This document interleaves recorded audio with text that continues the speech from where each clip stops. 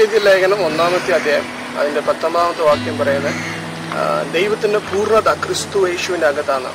ആമേൻ. ഞാൻ ഒരിക്കൽ ഒരു കൂട്ടായ്മ കടന്നു ചെന്നപ്പോൾ ഞാൻ ഇങ്ങനെ ചോദിച്ചു, നിങ്ങൾക്ക് ക്രിസ്തുവിനെ വേണോ അല്ലെങ്കിൽ കുറെ അനുഗ്രഹങ്ങൾ വേണോ അല്ലെങ്കിൽ ഒരു എക്സ്പെൻസീവ് കാർ അല്ലെ ബംഗ്ലോ വേണോ എന്ന് ഞാൻ ചോദിച്ചു.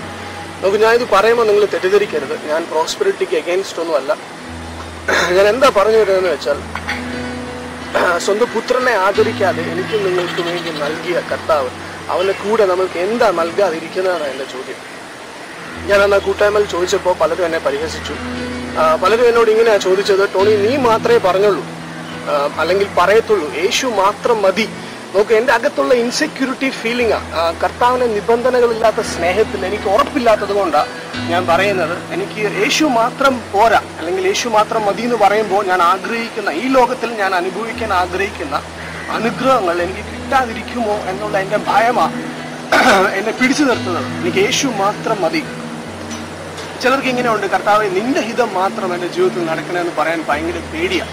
അതിന് കാരണം കർത്താവിന്റെ ഹിതമെന്ന് വെച്ചാൽ ഞാൻ ഈ ഭൂമിയിൽ കൂടെ ചെരുപ്പില്ലാതെ നടക്കണം, ദരിദ്രനായി നടക്കണം, ഇതൊക്കെയാണ് പറഞ്ഞ് കേട്ടിട്ടുള്ളത് കൊണ്ടായിരിക്കാം അങ്ങനെ ഒരു തോന്നൽ. ഞാൻ പറയാം, കർത്താവിന്റെ ഹിതം, നിങ്ങളെക്കുറിച്ചുള്ള ഹിതം ഭൂമിയിലെ പോലെ തന്നെ, സ്വർഗത്തിലെ പോലെ തന്നെ ഭൂമിയിലും സകല അനുഗ്രഹങ്ങളും അനുഭവിക്കാനാണ്. യേശു നിങ്ങളുടെ ജീവിതത്തിന്റെ മധ്യത്തിലുണ്ടെങ്കിൽ, യേശു സ്നാനക്കുളത്തിൽ നിന്ന് എഴുന്നേറ്റപ്പോൾ അവങ്കിലേക്ക് സ്വർഗം തുറക്കപ്പെട്ടു എന്ന് വചനം പറയുന്നു.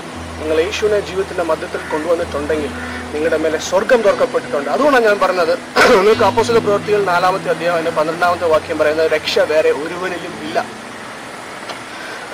ഫിലിപ്പിയർക്ക് എഴുതിയ ലേഖനത്തിൽ പൗലോസ് അപ്പോസ്തലൻ ഇങ്ങനെ 4-ാമത്തെ അധ്യായത്തിൽ ഇങ്ങനെ താൻ പറയുന്നു, സകല ബുദ്ധിയും കവിയുന്ന ദൈവിക സമാധാനം. അതെവിടെയാണെന്ന് ചോദിച്ചാൽ ക്രിസ്തു യേശുവിന്റെ അകത്താന്നാ പറഞ്ഞത്. എൻ്റെ മനസ്സിനെയും എൻ്റെ ബുദ്ധിയെയും സകലത്തിനെയും കവിയുന്ന ദൈവിക സമാധാനം, കർത്താവിന്റെ മഹത്വത്തിന്റെ ധനം, അത് എവിടെയാണെന്ന് ചോദിച്ചാൽ അതും ക്രിസ്തു യേശുവില. ഇന്ന് ദൈവത്തിന്റെ പൂർണ്ണത, അതുകൊണ്ട് കൊലോസ്യർക്ക് എഴുതിയ ലേഖനത്തിൽ ഞാൻ ആദ്യം പറഞ്ഞത്, ദൈവത്തിന്റെ പൂർണ്ണത ഇന്ന് ക്രിസ്തു യേശുവില ആയിരിക്കുന്നത്.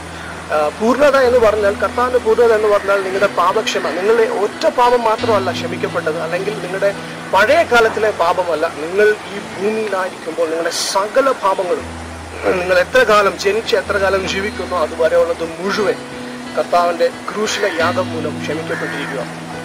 കർത്താവിന്റെ സമ്പത്ത് അതെന്ന് ക്രിസ്തു യേശുവിൽ നിങ്ങൾക്ക് സൗജന്യമായി നൽകിയിരിക്കുക.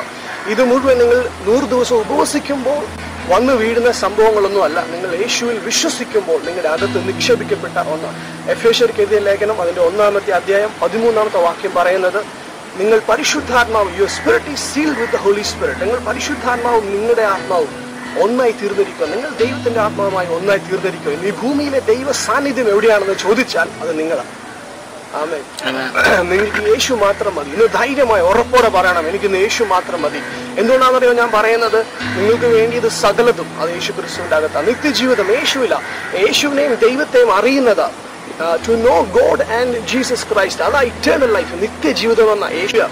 ഇന്ന് ദൈവത്തിന്റെ മഹത്വം എവിടെയാണെന്ന് ചോദിച്ചാൽ അതിന് നിങ്ങളുടെ മേലെ വസിക്കുന്നത്. കർത്താവിന്റെ മഹത്വം ഇന്ന് നിങ്ങളുടെ മേലെ വസിക്കുന്നു. കാരണം യേശു വിശ്വാസികൾക്ക് വേണ്ടി ഇങ്ങനെയാ പ്രാർത്ഥിച്ചത്, പിതാവേ നീ എനിക്ക് തന്ന മഹത്വം ഞാൻ അവർക്ക് നൽകിയിരിക്കുന്നു. നമുക്ക് യേശുവിന്റെ സ്വഭാവം നോക്കാം.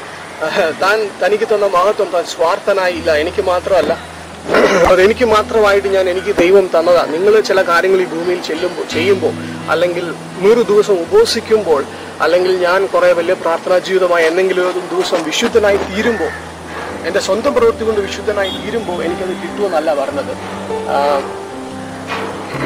കർത്താവ് അത് ഓൾറെഡി നിങ്ങൾക്ക് നൽകിയിരിക്കുക. ദൈവ മഹത്വം നിങ്ങളുടെ മേലെ.